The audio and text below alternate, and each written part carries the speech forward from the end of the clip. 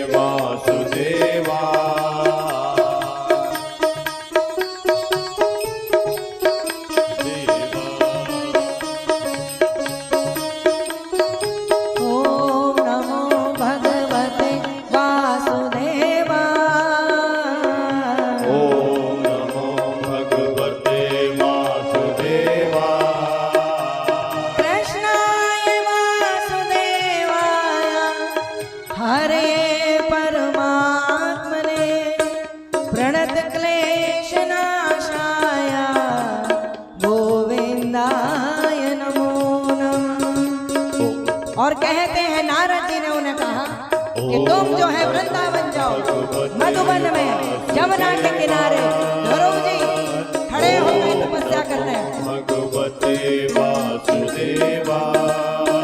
कैसे करते हैं? ओम नमो भगवते वासुदेवा। ओम नमो भगवते वासुदेवा।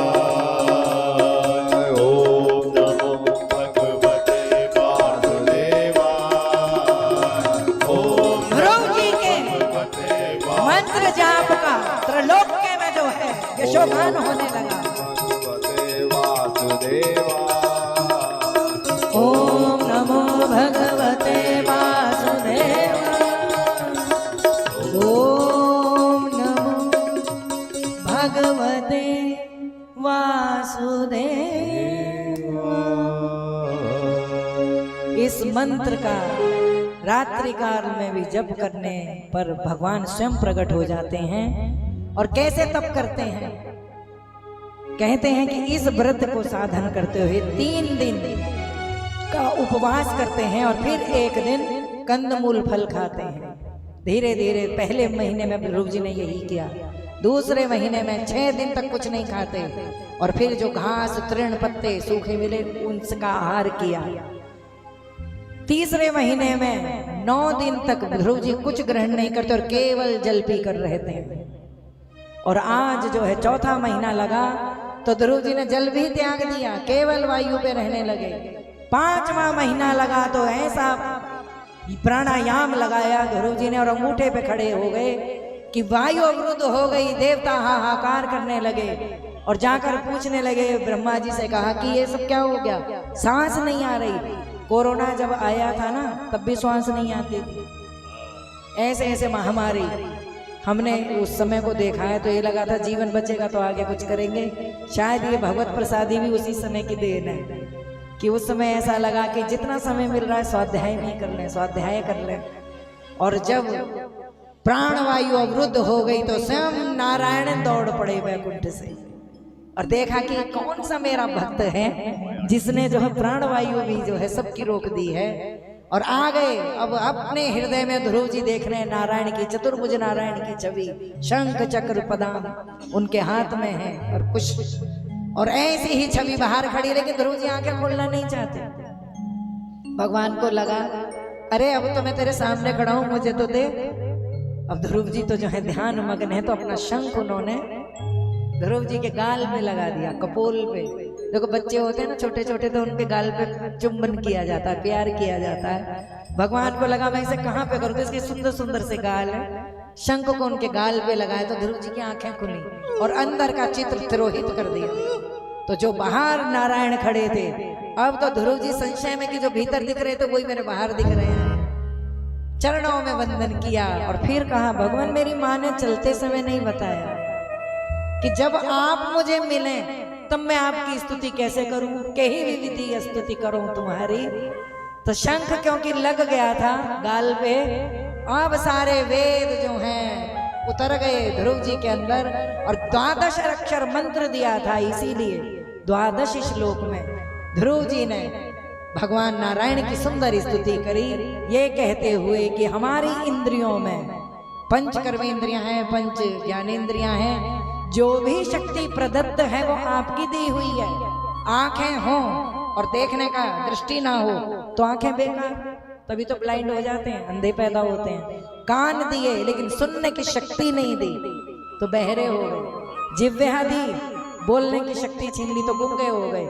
तब अपने जब भी आप कभी पूजा या प्रार्थना में बैठे और आपके सभी अंग कई सही कार्य करते हैं तो एक बार इन्हें प्रणाम जरूर किया करें कि मुझे भगवान तूने इतने सुंदर नेत्र दिए, मैं आपका दर्शन कर पा रहा हूँ, ऐसे धाम में मैं चलकर आया हूँ। तो ये आंखों का है धन्यवाद, कानों से हम हरि कथा सुन पा रहे हैं, जिह्वा से मुख से हरि कथा बोल पा रहे हैं। एक एक अंग को धन्यवाद दें, तभी इनके सबके जो हमारे अंगों के अधिष्ठात्र देवता हैं, तो अपने आप को भी परमात्मा मान के आप अपनी पूजा भी स्वयं कर सकते हैं। और यही ऐसे करते हुए ध्रुव जो हैं भगवान की कृपा पात्र होकर आए। परंतु भगवान बोलते हैं बेटा कुछ मांग, आप तो कहें उर कछु प्रथम वासना रही, प्रभु पद प्रीत सरित सोवे। भगवान बहुत कुछ सोच के तो आया था राज सिंहासन पर बैठने का, लेकिन अब क्या कहूँ, आप दिख गए और आप मिल गए तो कुछ मांगने को मन नहीं करता, क्योंकि जिस पे आपकी कृपा मिल गई वो तो धन्य हो गया। अब भी कुछ मांगू आपसे बढ़ के, देखो जब श्रेष्ठ वस्तु हाथ में आती है तो तुच्छ वस्तु क्या मांगनी फिर उससे। राधे राधे। आज जो है भगवान बोले नहीं ऐसा नहीं है, कोई भी मेरे आश्रित की, मेरे भक्त की यदि कोई कामना शेष रह जाती है तो मैं खुद चैन से नहीं बैठता हूँ, मुझे बेचैनी रहती है कि मैंने उसे कुछ दिया ही नहीं। कितना तप तुमने किया है, तो पहले एक काम करो, तुम सदैव मेरे प्रिय रहोगे, मेरे भक्तों में तुम्हारी सबसे पहले गिनती की जाएगी, परंतु अभी तुम जाओ और 36,000 वर्ष पर्यंत राज्य का सुख भोगो और फिर मेरे धाम आ जाना और ध्रुव तारा बन के दैदीप्यमान होना। तो उत्तर दिशा में आज भी आप देखिए प्रत्येक दिन 4 बजे कहते हैं ध्रुव अटल, आज भी सारे नक्षत्रों की स्थिति बदलती है, ध्रुव तारे की स्थिति आसमान में कभी नहीं बदलती पूरे वायुमंडल में, ब्रह्मांड में। तो ध्रुव है एक अटल, इसे कहते हैं संकल्प शक्ति। अब तो राजा को दोनों उनकी पर रानियों को पता लगा कि ध्रुव जो हैं भगवान से आशीर्वाद लेकर आ रहे हैं, कृपा पात्र बन के लौटे, तो फिर क्या कहना था। फिर तो नगाड़े घोड़े हाथी सजाए गए और ध्रुव जी के स्वागत में लाया गया वही सुरुचि जिसने शब्द व्यंग के बोले थे। आज सबसे पहले जाके आलिंगन किया तो प्रथम वंदनम दुर्जनम सजनम तदनम तरम। ध्रुव जी ने भी सबसे पहले सुरुचि के चरण छुए। ना सुरुचि ने उस दिन हाथ पकड़ के झटका दिया होता, ना परमात्मा से मिलने की जिज्ञासा, उनकी माता का आशीर्वाद उन्हें मिलता, और ना ही वो कभी उनके दर्शन कर पाते, और ना कभी तप साधन में नारद जी जैसे गुरु उनके जीवन में आए।